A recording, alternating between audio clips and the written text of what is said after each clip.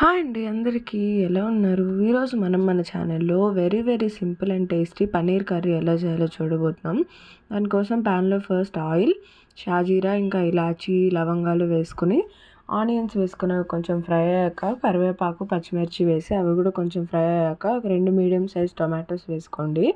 అవి కూడా మంచిగా ఫ్రై అయ్యాక అందులోనే సాల్ట్ అండ్ మనం దాంట్లోనే అల్లం వెల్లుల్లి పేస్ట్ వేసి అది కూడా పచ్చివాసన అంతా మంచిగా పోయిన తర్వాత ధనియాల పొడి, కారం, ఇంకా గరం మసాలా కూడా యాడ్ చేసుకొని మసాలాలన్నీ కొంచెం మంచిగా వేగినాయి అని అనిపించినప్పుడు మీ కన్సిస్టెన్సీకి తగినట్టు వాటర్ యాడ్ చేసుకోండి. వాటర్ మంచిగా ఉడుకుపడుతున్నప్పుడు క్యూబ్స్గా కట్ చేసుకున్న పన్నీర్ యాడ్ చేసుకోవాలన్నమాట. ఇక్కడ మా పన్నీరు డీప్ ఫ్రిడ్జ్లోంచి తీసి ప్రెషర్ ఇచ్చి కట్ చేసేటప్పుడు కొంచెం చెదిరైంది, అంతే అనమాట.